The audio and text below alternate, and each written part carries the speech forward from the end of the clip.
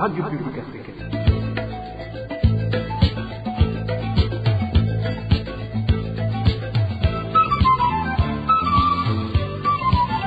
Radio Publique Africaine.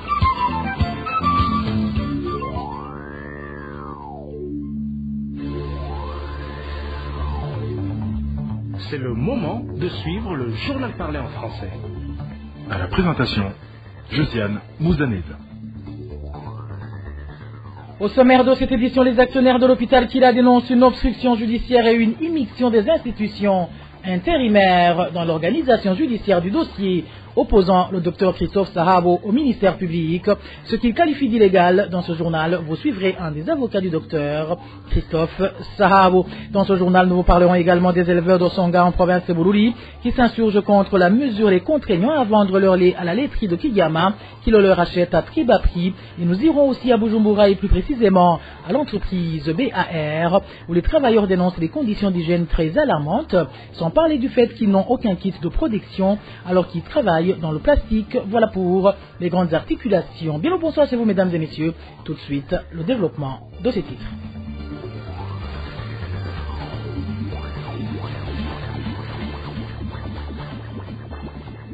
Rebonsoir. Débutons ce journal par la rubrique Droits de l'homme où Viateur Nzigo, membre du parti CNL en commune Gasogwe de la province de Muyinga, enlevé depuis mercredi dernier par des agents du service national des renseignements, est toujours introuvable. La famille indique l'avoir cherché en vain dans tous les cachots et les membres de sa famille craignent pour sa sécurité. La rédaction de la RPA a cherché à joindre Dieudonné Yoniziguié, administrateur de la commune Gasogwe, mais son téléphone sonnait sans que personne ne décroche. Droits de l'homme toujours. Certains habitants de la colline Gifugwe, zone Mousséni, en commune Manda, dans la province de Ouanza, s'insurgent contre la persécution perpétrée à l'endroit de la veuve Lucette Suishime, militante du parti CNL. Selon ces citoyens, les autorités communales et provinciales seraient en train de chercher comment étouffer le dossier en rapport avec l'assassinat du mari de la victime. Le point avec Emmanuel Niyungeku. La persécution commise à l'endroit de la veuve Lucette Tuishime aurait un lien avec l'assassinat de son époux Lionel Nzoïsaba dans la nuit du 1er décembre 2022. Après son meurtre attribué aux militants du parti au pouvoir au sein des DFDD, y compris Timothée Bassabose, chef de la colline de Gifugwe, ainsi que Melchior Nhakiruta, chef de la zone de Mousséni. Nos sources dans la localité indiquent que la veuve Lucette Tuishime n'a pas cessé d'être intimidée pour la contraindre à ne pas poursuivre le dossier en justice. Sur une liste de 15 personnes impliquées dans ce crime, seul le prénommé Roger a été arrêté. Ici, certaines gens se demandent pourquoi les autres figurants sur cette liste n'ont pas été interrogés sur l'assassinat de Lionel Nzoïsaba, militant du parti CNL. Dans l'entretemps, selon toujours des sources de la RPA, cette veuve, elle aussi fidèle du parti dirigé par Agathon Rwasa, est pourchassée par l'administrateur de la commune de Mhanda, Nadine Nibitanga, ainsi que le gouverneur de la province de Bubanza, en la personne de Cléophas Nizigima. Cela transparaît à travers une réunion tenue ce jeudi par cette autorité provinciale sur la colline et zone de Butanuka en commune de Mhanda. Ce citoyen qui a participé à cette réunion témoigne. C'était hier jeudi, la réunion s'est tenue sur la colline et zone de Butanuka. Elle a débuté à 10h, était clôturée à 15h et était dirigée par le gouverneur. En pleine réunion, le gouverneur a déclaré que la femme Lucette Tuishime perturbe la sécurité en province de Oubanza et qu'il faut en finir avec elle. Vous comprenez alors qu'elle continue à être persécutée et pourchassée. Si possible, il faudrait qu'elle quitte cette localité et lui chercher asile. Selon ces citoyens, les autorités communales et provinciales seraient en train de chercher comment étouffer le dossier en rapport avec l'assassinat du mari de la victime. Ils demandent plutôt que la justice fasse son travail sans aucune considération. Ce qui se passe dans notre pays dépasse vraiment l'entendement et c'est tout simplement une persécution à l'endroit des membres de l'opposition. Nous les habitants avons été étonnés par cette impunité. Nous demandons alors, en tant que citoyens, que justice soit faite pour tous sans tenir compte de l'appartenance politique ou des fonctions de qui que ce soit.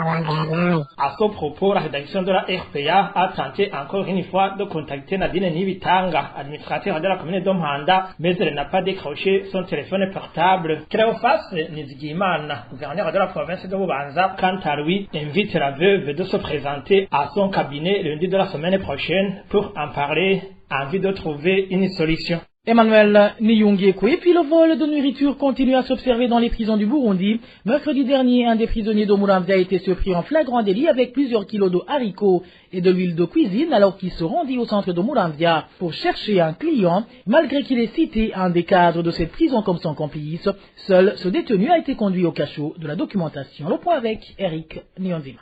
C'était mercredi de la semaine en cours lorsque le surnommé Gutui, l'un des prisonniers de la maison carcérale de Muramvya, a été arrêté en flagrant délit. Il était en possession de vivres en provenance du stock de la prison de Muramvya. Nos sources indiquent que ce détenu avait sur lui un bidon d'huile et un sac de 50 kg de haricots. Selon nos sources à Muramvya, ce prisonnier est parmi ceux qui ont le droit de sortir à l'extérieur de la prison et revenir après. Les mêmes sources indiquent que le dit prisonnier était en train d'acheminer ses vivres à l'endroit où ils sont déposés pour qu'ils soient vendus par la suite. Des informations en provenance de la prison centrale de Muramvya font savoir que ce n'était pas la première fois que ce genre de vol s'observe dans la dite prison. Pourtant, les prisonniers ne reçoivent qu'une quantité insuffisante de la nourriture. Le plus choquant, selon notre source, c'est que le prisonnier arrêté collabore avec les certains cadres de la prison, dont un certain Emmanuel, qui est chargé de la logistique, mais seul ce prisonnier a été arrêté et incarcéré dans le cachot de la documentation à Muramvya. La rédaction de la RPA n'a pas pu joindre le chargé de la logistique de la prison de Muramvya pour s'exprimer à ce propos. Merci à toi Eric Nyonzima. En page justice, les actionnaires majoritaires d'Okira Hospital demandent à la justice de retirer l'hôpital Kira du dossier RP 4437 opposant le ministère public au Dr Christophe Sahabo. Maître Gustave Nyonzima, avocat du Dr Christophe Sahabo dans les juridictions internationales, indique que dans une lettre qu'ils ont adressée à la présidente du tribunal de grande instance de Moura, ces actionnaires dénoncent une obstruction judiciaire et une immixtion des institutions intérimaires dans l'organisation judiciaire du dossier RP 4437 opposant le docteur Christophe Sahabo au ministère public alors que c'est illégal. Maître Gustave Nyonzima. Hier, en date du 30 mars 2023, les actionnaires majoritaires d'Okira Hospital, représentés par Dr David Pilot et Auguste Bazahicha, ont adressé une lettre à la présidente du tribunal de grande instance d'Omoura pour que Kira Hospital soit retiré du dossier RP 4437 opposant le ministère public contre Dr Sahabo Christophe. Dans cette lettre, il s'oppose à la manipulation de la société Kira Hospital dans le dossier RP 4437. Ces actionnaires majoritaires plus pragmatiquement dénonce une obstruction judiciaire et une immixtion de la direction AI d'Okira Hospital et du conseil d'administration AI dans l'organisation judiciaire du dossier RP 4437 en cause le ministère public contre le Dr Christophe Sahabo. Il y renchérissent en arguant que la gestion de l'hôpital d'Okira Hospital a toujours été collégiale et non individuelle. Si l'on s'en tient au texte réglementaire et qu'il n'y a jusqu'à présent aucune entorse de la gestion dans les procès-verbaux du conseil d'administration et ceux de l'Assemblée générale d'Okira, que quand bien même entorse devait y avoir, il saisirait les instances judiciaires habilitées. Il termine dans les lettres en disant que la direction intérimaire d'Okira, qui gère les affaires courantes, ne peut engager une société devant les tiers, encore moins devant la justice. Les travailleurs de l'entreprise BAR de Bujumbura dénoncent les mauvaises conditions de travail dans lesquelles ils travaillent. En effet, ils ne disposent que d'une seule latrine pour plus de 200 personnes, sans parler qu'ils n'ont pas de kit de protection alors qu'ils prestent dans une usine qui fabrique des objets en plastique. Marie-Ange Irakote. Ces travailleurs de l'entreprise des produits plastiques BRA Manufacturing, qui déplorent les conditions de travail dans cette entreprise, sont au nombre de 300 personnes selon nos sources. Ils accusent leurs employeurs de les traiter inhumains. Le pire, selon ces travailleurs, ils n'ont qu'une seule latrine, insuffisant pour plus de 300 personnes selon ces travailleurs. On n'a qu'une seule toilette. Cela fait plus d'une semaine que cette toilette est bouchée. Donc, nous n'avons pas où nous soulager. Une autre chose, c'est qu'on n'a pas de douche pour enlever la saleté, car on travaille jour et nuit dans cette entreprise. Cette entreprise est vaste et on est au nombre de plus de 300 personnes. Des problèmes sont nombreux selon ces travailleurs et pour eux, c'est le directeur général de l'entreprise qui est à l'origine de leur malheur. Le patron de cette entreprise est un étranger de nationalité indienne. Nous avons un directeur général nommé apôtre Jean-Paul Manirakiza, le président de la Fédération nationale de basketball. C'est ce qui est à l'origine de tous ces problèmes. Il ne nous donne pas le matériel de protection qui est destiné au travail, comme les bottes, l'uniforme de travail, les masques ainsi que des gants pour protéger nos mains. On est vraiment exposé au danger lorsque nous travaillons. Ces employés font savoir qu'ils ont soumis tous ces problèmes auprès de leurs responsables, mais en vain. Ils demandent au ministère ayant en charge l'emploi et les travailleurs d'intervenir pour que leurs droits soient respectés. La rédaction de la RPA a contacté l'apôtre Jean-Paul Manirakiza, directeur général de BRA Manufacturing, mais il nous a raccroché au nez après une brève présentation. Marie-Ange Irakouze, je vous le disais en titre, les éleveurs de vaches de la commune Songa en province de Bururi se plaignent contre la laiterie de Kigama qui achète le lait de leurs vaches à un prix trop bas alors qu'ils avaient un meilleur prix quand ils se rendaient à Rumongue. Ces éleveurs demandent l'intervention de l'administration pour que la laiterie de Kigama revoie à la hausse le prix par litre vu les moyens qu'ils mettent dans cet élevage. Je suis un des éleveurs qui s'est entretenu avec la RPA. aborozi kuri turashikaniye ikibazo gikomeye na leta y'ikigama. Iyo leta y'ikigama niyo igura amata yo muri ako karere kose. Nous, éleveurs, avons un grand problème avec la laiterie Kigama. C'est cette laiterie qui achète le lait de toute cette localité. Il nous donne 800 ou 850 francs par litre. C'est au moment où il va le revendre à Rumongue, là où il ne fait même pas 80 km. Là alors, il le revend à 1800 par litre. Tout cela est fait par des prêtres. Au lieu d'aider la population à se développer, ce sont eux qui l'enfoncent.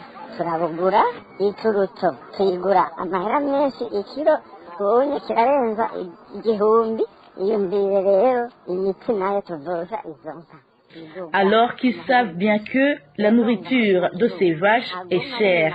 Regarde, nous devons acheter du tourteau. Le kilo maintenant s'achète plus de 1000 francs. Et cela sans oublier les médicaments. Vous voyez que le bas peuple reste toujours opprimé. Nous supplions le président de la République pour qu'il intervienne. Il soutient toujours que l'agriculteur et l'éleveur aient une bonne revenu les produits de leurs efforts. Nous voudrions au minimum qu'un litre de lait s'achète à 1300, voire même 1400 francs burundais. Vraiment que les administratifs nous aident pour que cette situation change. Qu'on soit établi dans nos droits.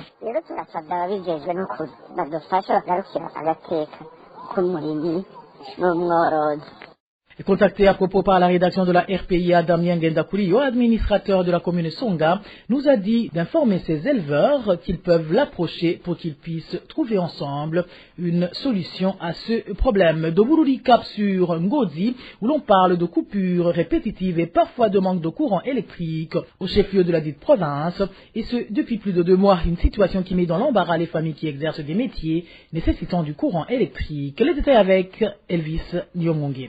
Les habitants de la commune Ngozi qui ont besoin de l'électricité pour les activités quotidiennes regrettent que depuis plus de 2 mois maintenant, les activités génératrices sont paralysées suite à l'irrégularité en alimentation de l'électricité. Les élèves aujourd'hui en plein des examens de 2e trimestre sont également affectés par cet état de lié. Ils ne parviennent pas à faire convenable les études. Les vendeurs du lait font savoir qu'ils travaillent à perte parce qu'ils se retrouvent régulièrement avec du lait avarié. C'est la même situation pour les bouchers. Même les soudeurs indiquent que leurs activités sont paralysées suite au manque de courant électrique. Parfois, le courant manque pendant la nuit. C'est un grand problème pour les élèves qui sont en train de faire les examens du deuxième trimestre. Ils ont du mal à faire l'étude. La situation est d'autant compliquée que même ceux qui ont des groupes électrogènes ne parviennent pas à trouver du carburant pour faire fonctionner les groupes. Même pour les entreprises qui ont des groupes électrogènes, les activités sont aussi paralysées parce qu'il n'y a pas de carburant dans toutes les stations-service situées en Ngozi. Nous travaillons à perte. Il faut qu'on nous cherche les plaques solaires, mais là aussi, le problème est que nous traversons de moments difficiles de pauvreté.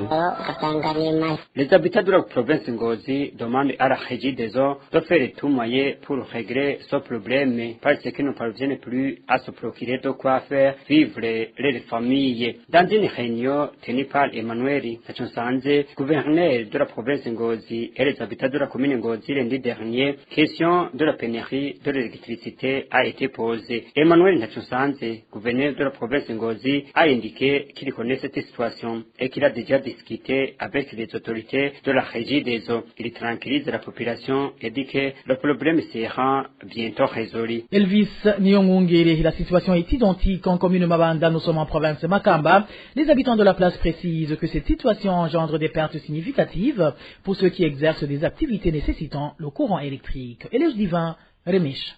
Le manque de courant électrique est devenu une menace pour leur survie, indiquent certains habitants de la commune d'Omabanda. Des conséquences résultent de ces coupures, surtout chez les individus qui exercent des activités nécessitant le courant électrique, font savoir ceux qui se sont confiés à la RPA.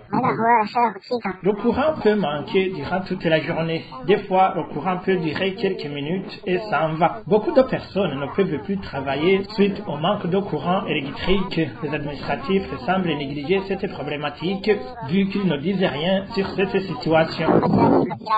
Malgré la longévité de cette problématique, Nossous Amabanda ajoute aussi que la situation actuelle est plus alarmante. Des coupures électriques s'observaient même l'année passée, mais elles ne duraient pas un long moment. Il pouvait y avoir une coupure pendant une heure et le courant revenait. Mais actuellement, on peut passer toute une journée sans courant électrique. Les coupures se remarquaient beaucoup pendant l'été, mais après, c'était vraiment normal. On avait le courant électrique. Depuis le début de cette année jusqu'à maintenant, nous assistons à des coupures sur une fréquence inquiétante. Se basant sur les pertes déjà accumulées, ces habitants de la commune de Mabanda demandent que la problématique de manque de courant électrique soit résolue. Et voilà, amis fidèles de la RPA, c'est par ici que prend fin le journal en français de ce vendredi 31 mars 2023. Merci à vous qui nous avez prêté une oreille attentive. Merci également aux équipes rédactionnelles et techniques pour leur parfaite et franche collaboration. À la présentation de ce journal, vous étiez avec Josiane Mozaneza. Bon début de week-end à toutes et à tous. Au revoir.